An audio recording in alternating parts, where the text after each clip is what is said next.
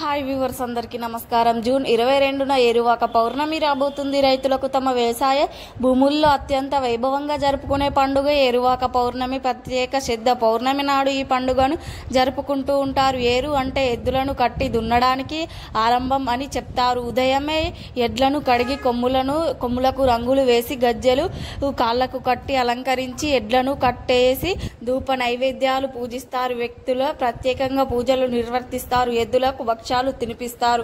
పొలాలకు వెళ్లి భూమాతకు పూజ నిర్వర్తిస్తారు. అనంతరం ఎద్దులకు రంగురంగుల బట్టలు అలంకరించి డప్పు మేళాలతో ఊరేగిస్తారు. కానీ ఏరువాక పండుగ అనాదిగా వస్తున్న పండుగ. కోట్ల సంవత్సరాల నుండి ఉన్నది. జీవనాధారం, నాకు మూలాధారమైన పండుగ ఇది. కృష్ణుణ్ణి ఈ బలరాముడు స్వయంగా నాగలిని తన ఆయుధంగా ఏర్పరచుకున్నాడు. ఇందర్ ప్రస్తావనకు మలుచుకున్నటకు నాగలితో స్థలాన్ని శుద్ధి చేసినట్లుగా వ్యాస మహాభారతంలో ప్రస్తావన ఉన్నది. అన్నదాతలైన రైతుల సోదరులకు ప్రధాన పనిముట్లు నాగలి. టిస్ట్ పౌర్ణమి లేదా ఏరువాక పౌర్ణమితో శక్తివంతమైన రోజు గనుక ఈ రోజున వెనుక ఇది ఒక తరలి చాలా గంటల్లో కష్టాలు, బాధలు, సమస్యలు అనేవి పోతాయి. మీరు కోటీశ్వరులుగా మారిపోతారు. మీ దరిద్రం అంతా కూడా పోయి మీకు కుబేరులుగా మారుతారు. అద్భుతమైన ఫలితాలు వస్తాయి. మీకు తిరుగులేని రాజయోగాలు కలుగుతాయి. ఈ ఏరువాక పౌర్ణమి రోజు శనివారం రోజున కలిసి వచ్చింది గనుక ఎంతో శక్తివంతమైనది. కాబట్టి ఈ రోజున మీ డోర్ వెనుక అంటే తలుపు వెనుక దీన్ని తగిలించండి. అంటే మీరు ఇంట్లో నుండి బయటకు వెళ్ళేటప్పుడు ఎదురుగా కనిపించే విధంగా తొలగించండి. మరి ఇంతకీ శనివారంతో కలిసి వచ్చిన ఈ పౌర్ణిమ రోజున డోర్ వెనుక ఏం తగిలించాలి అనే విషయాన్ని ఇప్పుడు మనం ఈ వీడియోలో వివరంగా తెలుసుకుందాం. ఫ్రెండ్స్, ఫస్ట్ అయితే ఈ వీడియోకి ఒక లైక్ కొట్టి మా ఛానల్ని సబ్స్క్రైబ్ చేసుకోవడం మర్చిపోవద్దు. శనివారంతో పౌర్ణిమ కలిసి రావటం చాలా విశేషం. అసలు కలిసి వచ్చిన రోజు వెంకటేశ్వర స్వామి వారిని పూలతో పూజిస్తే సకల ఐశ్వర్యాలు. నవగ్రహ ఆలయానికి వెళ్లి శని దేవుడి విగ్రహం మీద నువ్వుల నూనె పోస్తే దేవుడి అనుగ్రహం, ఐశ్వర్యాలు, కొన్ని పరిహారాలు చేసుకుంటే అద్భుతమైన ఫలితాలు కలుగుతాయి. ముఖ్యంగా ధనం బాగా కలిసి రావాలి అనుకునేవారు ఈ రోజున, జనం బాగా కలిసి రావాలి అనుకునేవారు ఈ రోజున ఎర్రటి రంగు వస్త్రాన్ని తీసుకోండి.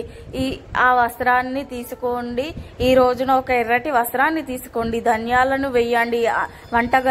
అందరి వంటగదిలోనూ ఉంటాయి. ఆ ధన్యాలను ఒక గుప్పెడు తెచ్చి వేయండి. ఆ తర్వాత 1 టీ స్పూన్ నువ్వులను వేయండి.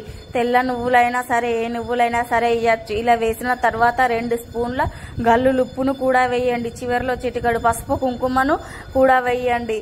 ఆ తర్వాత వీటన్నిటిని ఒక మూటలా కట్టి మీ ఇంటి మెయిన్ డోర్ ఉంటుంది కదా, ఆ డోర్ వెనక అంటే మీ ఇంటి లోపల కట్టండి. ఇలా కట్టడం వలన మీ ఇంట్లో ఉన్న చెడు దరిద్రాలు అన్నీ పోతాయి. నెగిటివ్ అంతా కూడా బయటకు వెళ్ళిపోతుంది. దరిద్రం అంతా కూడా పోతుంది.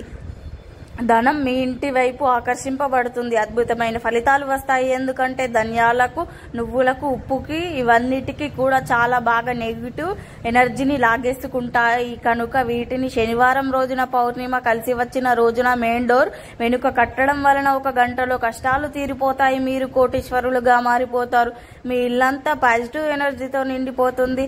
ఎప్పుడైతే ఈ మూటను ఉప్పు కరిగిపోతుందో, ఆ మూటను మెత్తగా మారిపోతుందో, అప్పుడు ఈ మూటను తీసి ఎక్కడైనా సరే పారే నీటిలో పడవేయండి. ఈ పరిహారం ఒక్కసారి చేసుకుంటే చాలు, అద్భుతమైన ఫలితాలు కలుగుతాయి. గనుక మీరు కూడా శనివారం రోజున కలిసి వచ్చిన ఈ ఏరువాక పౌర్ణిమ రోజు చేసుకొని శుభ ఫలితాలను పొందండి. ఆనందంగా జీవించండి. అన్నం పెట్టే రైతులకు తమ వ్యవసాయ పనులను ఏరువాక పౌర్ణిమ రోజే ప్రారంభిస్తారు. పేరు అంటే నాగలి అంటే దుక్కి దున్నడం. నాగలితో దుక్కి దున్ని తమ కృషిని తగిన ఫలితాలు రావాలని ప్రకృతి పరమాత్మను రైతులను వేడుకుంటారు. నాగలి లేనిదే ఏ పని జరగదు. అలాంటి వ్యవసాయానికి సంబంధించిన పండుగ ఏరువాక పౌర్ణమి అని కూడా అంటారు. వైశాఖ మాసం ముగిసి జ్యేష్ఠ మొదలైన తరువాత వర్షాలు కురవడం మొదలవుతాయి. ఈ వారంలో అయినా సరే జ్యేష్ఠ పౌర్ణమి నాటికి తొలకరి పడి ఉంటుంది. భూమి మెత్తగా దున్నడానికి నాగలితో వ్యవసాయ పనులను ఇది శుభారంగా అన్నమాట. అందుకే ఈ రోజు వెనక అంటే దుక్కి ప్రారంభిస్తారు.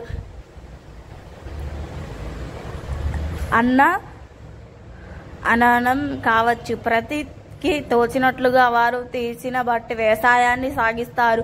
ఫలితాలు మారిపోతాయి. కారణం చెందినచే ఋతువు అనుకూలంగా వ్యవసాయానికి సాగేందుకు ఇలా రకరకాల కారణాలతో ఒక వ్యవసాయానికి క్యాలెండర్ని పరిచయం చేశారు మన పెద్దలు. అందులో భాగమైన ఈ ఏరువాక పౌర్ణిమ కొంతమంది అత్యుత్సాహంతో ముందుకు ప్రారంభించకుండా, మరికొందరు బద్దకించకుండా ఈ రోజున ఈ పనిని చేపట్టక తప్పదు. ఈ వ్యవసాయ పనిముట్లు అన్నిటినీ కూడా కడిగి శుభ్రం చేసుకుంటారు. రైతులకు వాటికి పసుపు కుంకుమలు అద్ది పూజ చేస్తారు. ఎద్దుల సంగతి అయితే చెప్పనక్కర్లేదు. వాటికి శుభ్రంగా కడిగి స్నానాలు చేయించి కొమ్ములకు రంగురంగుల కలర్లు వేస్తారు. కాళ్లకు గజ్జలు కడతారు. కొమ్ములను అలంకరించి హారతులు ఇస్తారు. పొంగలిని ప్రసాదంగా చేసి ఎద్దులకు తినిపిస్తారు. ఇక ఈ రోజున జరిగిన తొలి కాడ ఈ పక్కన ఉండి సమానంగా నడుస్తారు. వ్యవసాయంతో జీవనంలో తమకు అండగా నిలిచే, కష్టసుఖాల్లో పాలు పంచుకునే, వ్యవసాయ జీవనాధారంలో తమకు అండగా నిలిచే, కష్టసుఖాలను పంచుకునే ఆమె జీవుల పట్ల ఇలా తమ అభిమానాన్ని వ్యక్తం చేస్తారు. నాగలి పాటలు మన జానపద సాహిత్యంలో గొప్ప ప్రాముఖ్యత ఉంది. భారతదేశమంతటా కూడా మన భారతదేశం దాదాపు 80% వర్షపాతం నైరుతి వల్ల ఏర్పడుతుంది. కాబట్టి ఏరువాక పౌర్ణిమ దేశమంతటా జరుపుకోవడం గమనించవచ్చు. వేదకాలం సైతం పండుగని ప్రస్తావన అంటారు. కాకపోతే ఈ రోజున ఆధారంగా కాబట్టి ఈ రోజున ఇంద్ర పూజలు అత్యంత ప్రాధాన్యత ఇస్తారు. కొద్ది ఇంద్రుడు పక్కన జరిగి వ్యవసాయాన్ని మాత్రం కొనసాగించక తప్పలేదు.